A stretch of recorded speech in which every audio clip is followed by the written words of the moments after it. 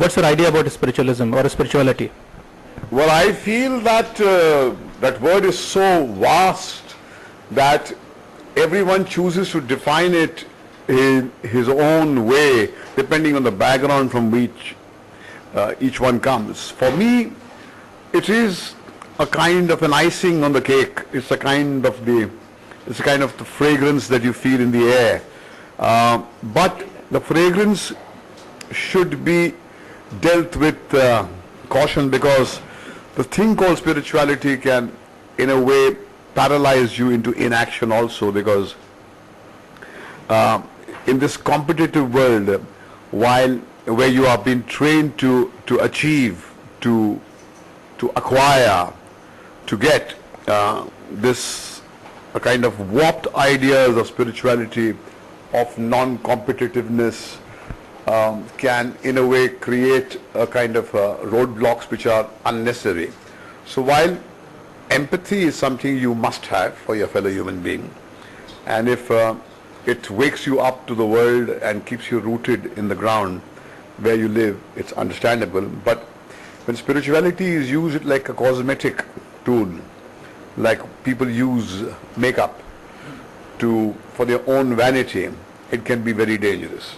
And I've seen the affliction of our land is a lot of people pretend to have spiritual attributes but are worse materialists than the so-called materialists. So be cautious of that. And real spirituality, if it exists, it doesn't show off. It's like the love of the mother that you feel at home. It is not something that is up in your face. It's gentle like the breeze in a desert. It is something which is a part of life. It's a gift of life.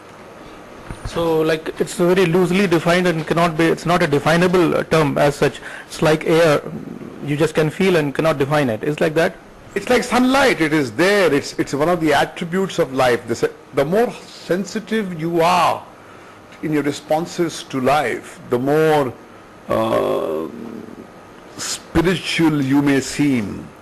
But I feel that this thing has been used like a shop to manipulate, to mislead, to dominate, and to humiliate your fellow human being. I know I'm spiritual, you are not so spiritual.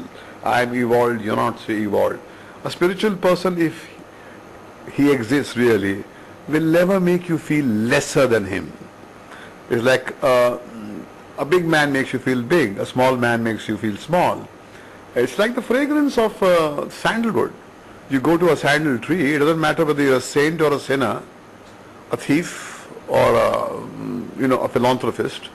It gives you its fragrance, and that's what I mean. That is actual, palpable, living spirituality. So we were attempting to find is there any solution in spiritualism? First the concept is the concept all right. When we say that global paradigm shift and when we have a spiritual solution, so all the crises would be solved. So can we reach anywhere near by applying spiritualism in whatever definition we accept or adopt? How can what has been the cause of the problem be the solution to the problem? For 2000 years you've been saying love thy neighbor as thyself. For 2500 years the Buddha had said be a lamp unto yourself. It may have been true for him and for Jesus, but the church or the followers, have they made that into a reality? If it is a reality, then why there is so much of suffering? The question is, do you want to indulge in platitudes like parrots repeats holy words, print books and sell them and pretend to yourself that you are very spiritual, when everything screams out from every corner of the world and says that there is nothing but suffering, unheld back suffering that is and which has, this is despite of every corner of the world has got the so-called outfits which dish out spiritual discourses. So how can that which has been the cause of your problems be a solution, is a question I ask. And I ask this from the highs and mighties. I asked this to the great Dalai Lama. I said that how is it that man is still enslaved when the Buddha says be a light unto yourself? The sun may be a god, but when the sun sets it leaves you in darkness. So what good is that God which leaves you in darkness when he is gone? it is better to be a light unto yourself, and that is the most important thing. You worship the Buddha, but don't follow his words. You worship Jesus and say, love thy neighbor as thyself, and you will make a living out of it. But then, in the name of that creed, you wage wars. That's history, not my opinion. So I personally feel that there is an appearing spiritual and being spiritual. There's a difference between that, and I would say that why make a big thing about something which is there even in animals? When a dog is run over by a truck, there are so many good dogs who come and lick it and give it such affection. They don't go for Nobel Prize for doing that. Why does man do that? Why should you be rewarded for some fundamental impulsive which life has hardwired you with? That's the way life looks after life. So I would say that man has made a big thing about this word spirituality, misled people, fooled people. So I would say that it's an albatross in this age and time. In fact, the spiritual mask has been a great shield for the devious and the crooked. They have used that as a cover to hide behind, and look at the kind of the monsters that existed in the so-called citadels of the spiritual super bazaar. So I would say that it's time to unmask them and tell them that get off the high horse and say things as they are. Demystify. This is the age of demystification. So, but like it sounds pretty gloomy. Like you don't have a solution. Like the people who are told to be spiritual, but they're not actually spiritual. I would say I would rather live in the real hell than pretend to be in a non-existent heaven which does not exist. It's not gloomy. I think in despair comes, in the heart of despair, you start looking for the answer. The greatest journeys have begun when you have confronted the dark night, and it is there when you hit that rock bottom and you confront a very gloomy and despairing scenario. You get up on your two shaky feet without making anybody, no guru, nobody a crutch, and you walk. And if that, what kind of a God he is, that he gives somebody else some extra power and does not give me? It's like the sun god. When the sun comes up, it gives its light to a dog, to a pig, to a king, to a holy man, to a killer, exactly the same way. It doesn't discriminate. That is the way the universe operates. It does not deny you its light. Does the sun god discriminate? No. But the man, the systems that man have created, you discriminate, you differentiate. And then you say, now let us use spirituality as a way of stitching. First you separate, first you discriminate, then you say, now let us use this as a tool to glue together, something wrong somewhere. So the thing that we are doing, or we have started doing, so do you think that it is a worthwhile thing, or we should do something else, should be doing something else other than looking for spirituality and meeting with people and organizing conferences and seminars? If you want an honest answer, this is a disaster. Okay. If you ask me, you can't be a schizophrenic.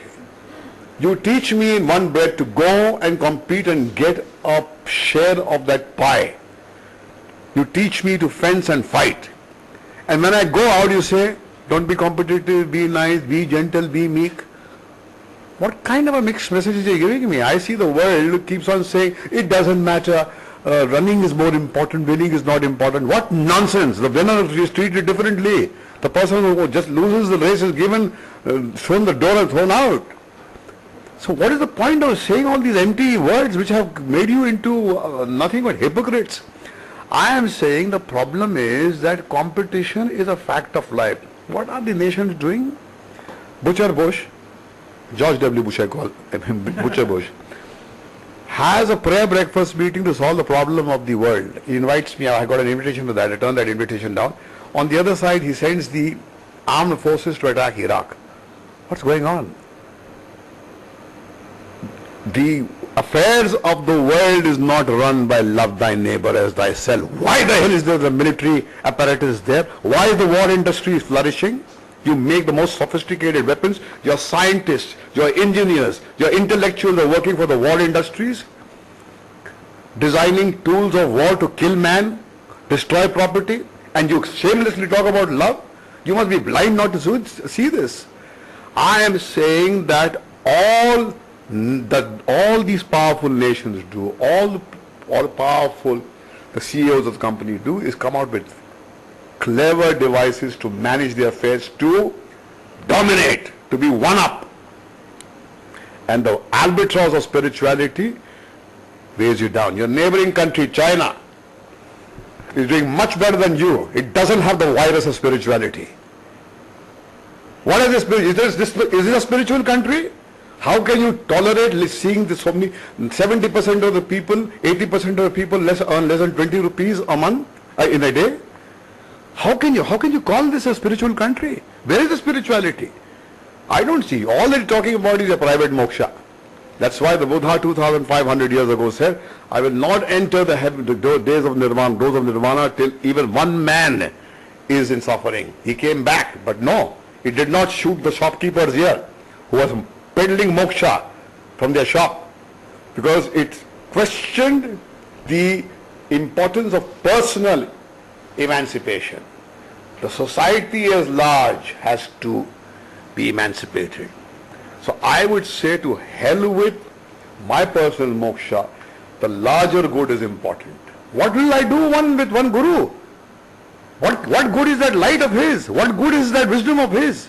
It is not giving me food to eat. There are people who are suffering down the streets. They're shivering in the cold there. Does that man's spiritual words heal that man's problems? At least Mother Teresa goes out on the street and picks up people and washes their wounds. There's another story that she gets a Nobel Prize for that and becomes a saint. So what is the solution? Is not there. I have no solution. The solution is not, first of all, confront the fact that the solution is not. The solutions that were offered to mankind are not the solutions. They are not working. But you are in a minority of opinion. I am in an absolute minority, and I don't mind being in an absolute minority. The world is going to delude itself that the answers to mankind's problems are in the spiritual bazaars. Good luck to them. Pretend, meditate, stand on your head, repeat holy words, and then wage war. Kill. That's the way things have been. That's the way things will be. Delude yourself, you are a very spiritual country. I don't see any spirituality in this country. I don't see any spirituality in Kashi. If there is spirituality, why there are so many people suffering? Why are they starving? Is it a spiritual place? Is there spirituality in Kaaba, Saudi Arabia, or in the Vatican? As long as man suffers, as long as there is a divide, I have, you don't have, these words of spirituality, they mean nothing. They're empty words. So where do we go from now? From here? We just sing a song and go. I go and watch the Aarti, which has become a tourist site which makes money. Meanwhile, you pass millions of people who will dream of an India which fulfills their dream. The fact is, some people can dream a dream here, others dare not even dream that dream. What kind of a God that is, who gives somebody everything and so many people nothing? I question, what kind of a Santa Claus he is? He comes to me but doesn't come to the man across the street who is sleeping on the road. As a child I continued to ask the same question. It was too uncomfortable for the priest to answer this question, because the Santa Claus did not exist. It was a creation of some imaginative storyteller like me. Thank you very much for shaking us up the way nobody did so far. Thank you. Thank you very much. Thank you. Thank you.